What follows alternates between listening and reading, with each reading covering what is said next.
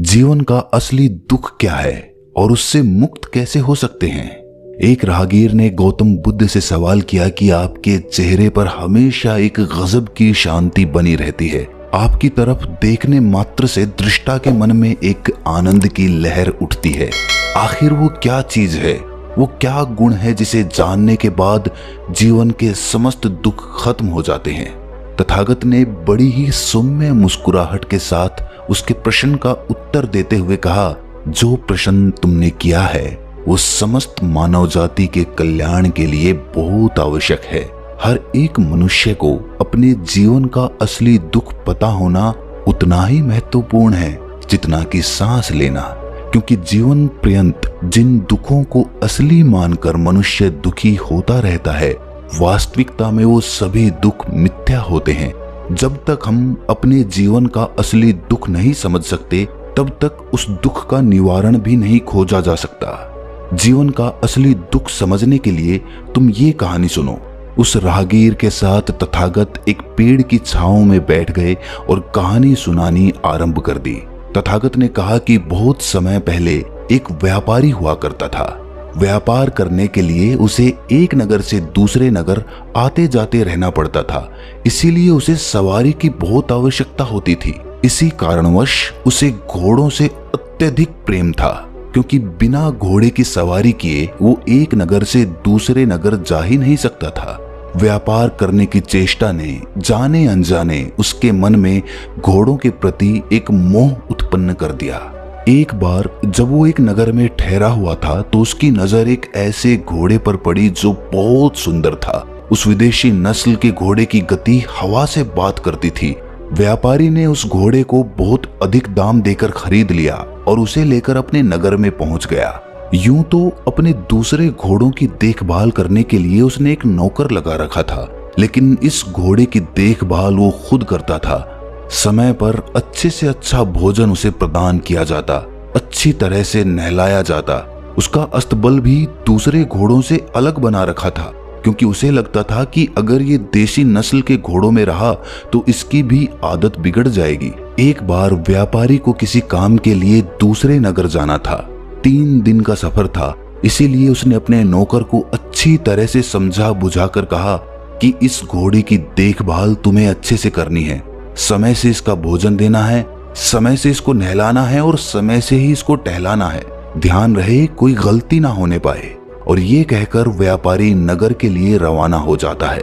जब शाम को नौकर उस घोड़े को टहलाने के लिए जंगल की तरफ निकला तो नदी में पानी पीने के बाद वो घोड़ा जंगल की तरफ भाग निकला। ये देखकर नौकर के पैरों तले जमीन खिसक गई। घोड़े का पीछा करते हुए वो घने जंगल की तरफ बढ़ निकला। शाम हो चुकी थी और घने जंगल में चारों तरफ अंधेरा फैला हुआ था। अचानक उस नौकर को किसी घोड़े के हिनहिनाने की आवाज सुनाई दी। उसकी सांस में सांस आई। वो दौड़ता हुआ उस आवाज की दिशा की तरफ भागने लगा। घोड़े को पकड़कर वो अपने साथ ले आया और अस्तबल में आकर जब उसको बांधने लगा तब उसे मालूम पड़ा कि वो किसी दूसरे घोड़े को पकड़ लाया है जो कि जंगली है। अंधेरा होने के कारण वो घोड़े को ठीक से देख नहीं पाया था। उस रात वो नौकर सो नहीं पाया। उसे मालूम था कि जैसे ही सेठ यहाँ पर पहुंचेगा और घोड़े को देखेगा तो बहुत गुस्सा होगा, हो सकता है मुझे अपने काम से भी निकाल दे। और ये सोच सोचकर वो पूरी रात सो नहीं पाया। 3 दिन बाद जब सेठ अपने घर पहुंचा तो उसे अपने घोड़े के खोने की खबर मिली। ये खबर सुनकर उस सेठ को बड़ा दुख हुआ। उसने उस नौकर से कहा कि मैंने तुम्हें पहले ही चेतावनी दी थी कि उस घोड़े की अच्छे से देखभाल करना, और तुमने ये सिला दिया। लेकिन नौकर सेठ के यहाँ बहुत समय से नौकरी कर रहा था, काफी बूढ़ा भी हो चला था, इसीलिए सेठ ने सोचा कि इसे काम से निकालना बुद्धिमानी नहीं होगी। जैसे तैसे सेठ ने अपने मन को समझाने का प्रयास किया कि शायद ये घोड़ा मेरे भाग्य में था ही नहीं, इसीलिए तो जंगल में भाग गया। रात को जब सेठ सोने लगा तो उसके स्वप्न में वही घोड़ा दौड़ता हुआ दिखाई दिया। आधी रात में सेठ अचानक उठ खड़ा हुआ और फूट फूट कर रोने लगा। वो अपने आप से कह रहा था कि मेरा घोड़ा कितना प्यारा था, कितना अच्छा घोड़ा था, कितना प्रेम करता था मैं उससे, और आज मेरा घोड़ा मेरे पास नहीं है। मुझसे बड़ी भूल हुई।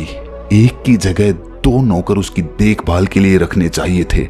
अब लोग क्या कहेंगे कि व्यापारी को इतना महंगा घोड़ा खरीदने की क्या आवश्यकता थी। एक घोड़ा भी ठीक से संभाल नहीं सकता ये व्यापारी। रात भर इसी तरह के विचारों से घिरा रहा, लेकिन जब सुबह सेठ उठा तो उसका दिमाग और ज्यादा खराब हो गया जब उसने नौकर को मजे में घूमते हुए देखा। ये देखकर व्यापारी आग बबूला हो गया। उसने सोचा कि इतना बड़ा नुकसान करके भी ये नौकर कितने मजे में है, कितने आनंद में है। उसने नौकर को अपने पास बुलाकर कहा, तुम्हें दुख तो हुआ होगा कि तुमसे मेरा घोड़ा खो गया। नौकर ने कहा कि मालिक, दुख तो बहुत हुआ, लेकिन इस बात की खुशी है कि उसके बदले में दूसरा घोड़ा मिल गया। व्यापारी सन्न रह गया। उसने सोचा कि मैं पूरी रात भर सो भी नहीं पाया और इस नौकर को जरा भी ये एहसास नहीं है कि इसने कितना बड़ा नुकसान कर दिया। व्यापारी को गुस्सा तो बहुत आया, लेकिन उसने नौकर से ज्यादा बात नहीं की और उससे कहा कि तुम जाओ और अपना काम करो। उस रात नौकर ने सारी बात अपनी पत्नी को बताई और उससे कहा कि एक तरफ मैं हूं कि मेरी रात की नींद खो गई है और दूसरी तरफ ये नौकर है जिसको जरा भी एहसास नहीं है कि उसने कितनी बड़ी गलती की है। भला मैं उसे कैसे अपने दुख का एहसास कराऊं। उसकी पत्नी ने कहा कि आप चिंता मत करिए, एक तरीका है जिससे आपका घोड़ा तो वापस नहीं आएगा, लेकिन उस नौकर को सबक अवश्य मिल जाएगा। जैसा मैं कहती हूँ वैसा करना। अगले दिन जब नौकर दूसरे कमरे में काम कर रहा था तो व्यापारी ने जोर जोर से कहना शुरू किया कि अगर वो घोड़ा नहीं खोता तो मैं इस नौकर को भेंट कर देता। कितना बूढ़ा हो गया है, कितने समय से मेरे लिए काम कर रहा है, इतना तो फर्ज बनता है मेरा। उस घोड़े को बेचकर वो अच्छा धन कमा सकता था जिससे कि उसका पूरा जीवन शांति के साथ व्यतीत होता, लेकिन अब कुछ नहीं कर सकते। जब व्यापारी ने बार बार अपने आप से कहा कि वो घोड़ा मेरे लिए नहीं मेरे नौकर के लिए था, तो धीरे धीरे व्यापारी का मन अपने आप हल्का होने लग गया। उस रात व्यापारी बड़ी चैन की नींद सोया, लेकिन दूसरी तरफ वो नौकर नहीं सो पाया। उसकी नजर के सामने वही घोड़ा घूम रहा था। कभी उसकी चाल दिखाई देती, कभी वो खाना खाता हुआ दिखाई देता। जब सुबह नौकर उठा तो उसका चेहरा उतरा हुआ था।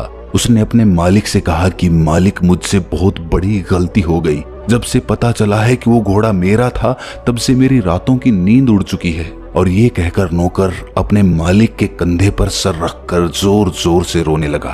तथागत गौतम बुद्ध ने अब उस व्यापारी से कहा कि ये कहानी सुनकर तुम्हें समझ में आ गया होगा कि असली दुख उस घोड़े के खोने का नहीं था, बल्कि असली दुख ये था कि मेरा घोड़ा खो गया। जैसे ही इंसान के मन में मेरा या मैं शब्द आता है, वैसे ही वो इंसान उस चीज से बंध जाता है, उसका गुलाम हो जाता है। दुनिया में कोई भी चीज शाश्वत है ही नहीं, यहाँ तक कि मैं भी शाश्वत नहीं हूँ। इसीलिए जिस चीज में भी आप मैं या मेरा जोड़ देते हो, वो चीज आज नहीं तो कल समाप्त हो जाएगी, खत्म हो जाएगी, और वो जो मैं या मेरा होता है वो दुख में तब्दील हो जाता है। किसी चीज को मैं या मेरा मानने से उसके प्रति मोह उत्पन्न होता है, जिसे हम अटैचमेंट कहते हैं। फिर ये अटैचमेंट लालसा में तब्दील हो जाती है, और जब मन की ये लालसा पूरी नहीं होती तो असंतोष पैदा होता है, गुस्सा पैदा होता है, और आखिर में इंसान खुद से ही फ्रस्ट्रेट होने लगता है और फिर वो डिप्रेशन में चला जाता है। 3 तरह का अटैचमेंट समझिए। जब चीजों के प्रति अटैचमेंट या मोह उत्पन्न होता है तो उसे खोने का डर पैदा होता है, जिससे कि लालच और स्वार्थ मन पर हावी हो जाते हैं। जब किसी इंसान के प्रति अटैचमेंट बढ़ता है तो इनसिक्योरिटी होती है, दूसरों के प्रति जलन, ईर्ष्या पैदा होती है, इसी से पजेसिवनेस भी उत्पन्न होती है। लेकिन सबसे खतरनाक अटैचमेंट वो है जो हमारी सोच और हमारे विश्वास से जुड़ा होता है, क्योंकि विचार दिखाई नहीं देते, वो इंसान को अंदर से जकड़ लेते हैं, जिससे कि इंसान अड़ियल हो जाता है।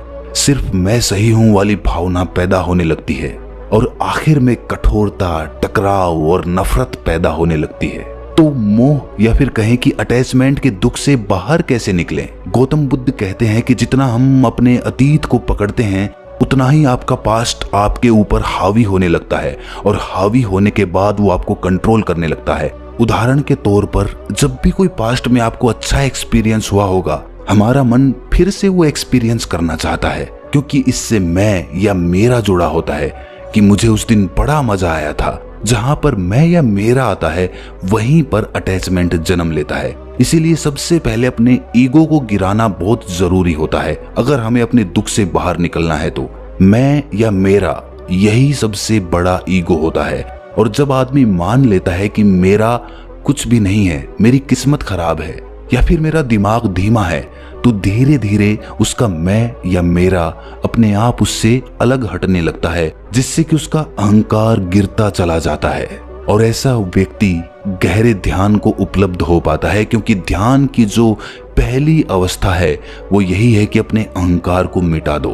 तो दोस्तों, कैसी लगी ये कहानी आपको कमेंट सेक्शन में जरूर बताना, और अच्छी लगी हो तो इस चैनल को सब्सक्राइब करके नोटिफिकेशन बेल को जरूर प्रेस कर देना, और हो सके तो लाइक और कमेंट्स भी जरूर करना।